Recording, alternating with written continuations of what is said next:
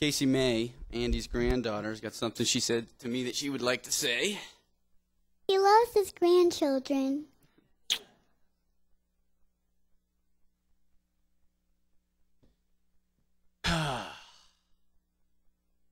Tough act to follow, all those folks. And the Toastmasters would be proud, sis. So, yeah, it's pretty tough following that crowd. Geez, a room full of Toastmasters. Look out. I'll be getting my critiques in the mail, I guess, huh? When I look out, I see all the faces here today, and, I hope I have half the legacy when I pass someday. Seeing all these folks here and the outpouring of support, all the different stories, all the different comfort is just really great to see and appreciated by all of us. Again, what do you say for your dad's eulogy? Didn't have a lot of time to really prepare, and everything happened so fast, and you hope that you at least do him a little proud, So I'm sure if he was here, he'd want me to take a minute and go in the back room, and he'd kind of pepper me, and we'd practice a little and all that. But it'll have to be polished enough, Dad. So, again, forgive me if I just do a little reading here. So much to love about Dad.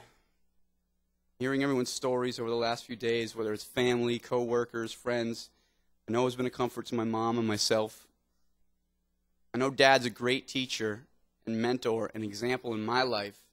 And to hear that he's all those things to so many other people is amazing. Your dad goes to work and he works with folks and you don't always connect to the blank faces and all that. But to see those people come forward and hear their individual stories about your father helped me through this, and your father saved my job this time, and your father, helped me with my wife and during this problem we were having. It's amazing to know that he's such a bigger and grander person to all these other people too. When I say about Dad, there's so much. His wife and children were his life. Family was his life. He taught us all so much, and he never stopped teaching us. And he had a wonderful style of allowing you to be yourself and work through a problem. But he would also ask the right questions and kind of guide you toward a solution. He also possessed a second great quality of a teacher, where even after a lot of discussion, if you decided to do it your own stupid way, he would stick with you, even when the whole thing fell apart and you had to start over or rethink it. Faith was also a big part of my father's life. His foundation. For me, this aspect of my father is very special because through his faith, he gave me the best gift a parent can ever give their child, faith of my own. He was a seeker and an example to all of us. Ever since I can remember, my father was working to strengthen his faith and serve the Lord. Even when I was lost and I had no use for the church stuff, I was still watching, seeing my father on his journey, watching him grow and change. My father led me back to church and eventually back to my Savior. Again, with his shrewd teaching style, nudging, not pushing, more than willing to entertain my half-formed ideas and discussions.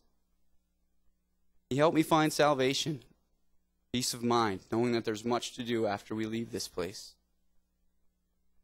The day after my father died, my little 2-year-old Elby was standing at the end of our hallway, just kind of zoning out, not really doing anything, blanket in his hands.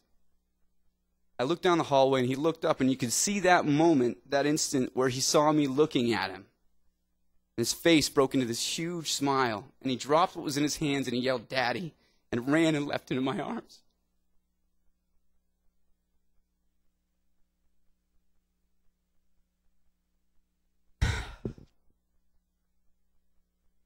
And I just held him.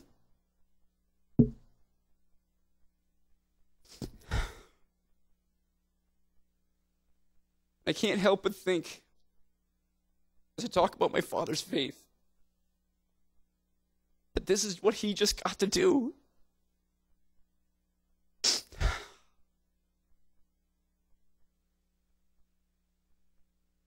He cleared the fog from his eyes. And he looked up and saw our Savior standing there, A big smile broke out on his face, and he said, "Daddy." And he leapt into his arms, into an embrace we can only imagine.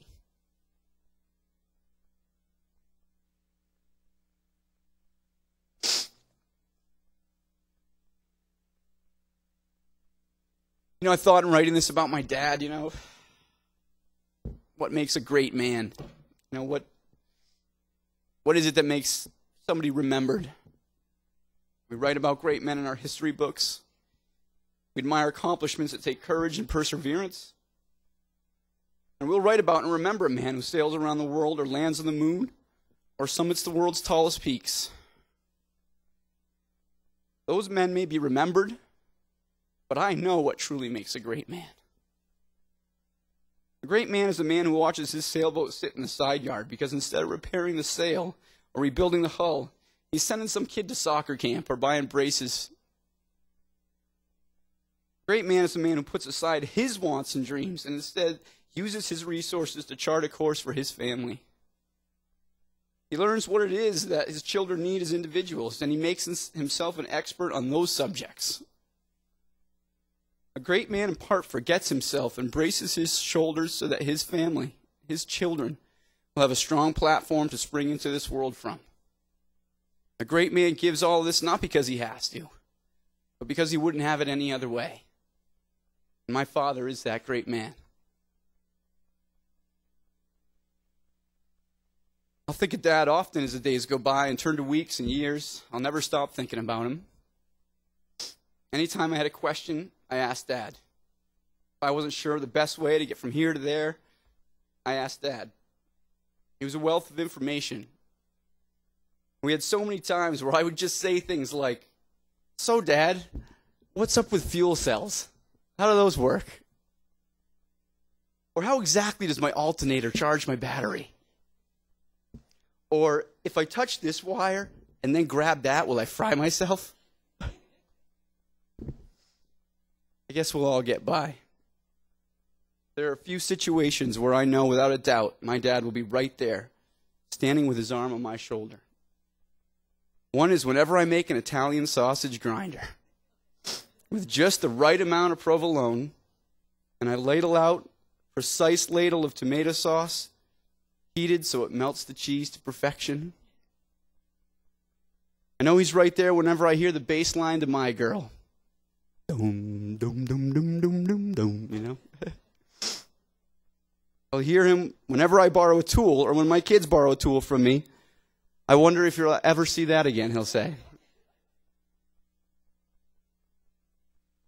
And one thing Dad loved was Star Wars. He'd watch the movies over and over. I have an early memory of going to see The Return of the Jedi with my dad on the big screen, 1983. One of the first times I really ever went to the movies.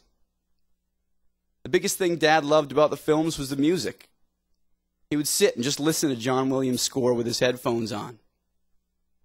One of the last gifts I gave my father had to do with his love of that music. Nicole and I, and my sister and her husband Ricky, bought tickets for Dad and Mom to go see the music from Star Wars performed by the London Philharmonic.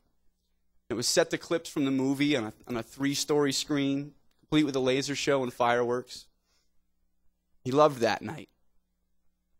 He raved about being able to feel the heat from the fireworks in the second row center stage. Whether watching the movies or listening to the score, every time the finale came up, he would stand up like a conductor in an orchestra, waving his arms back and forth. And every time I hear that, I'll know he's right there and loving it.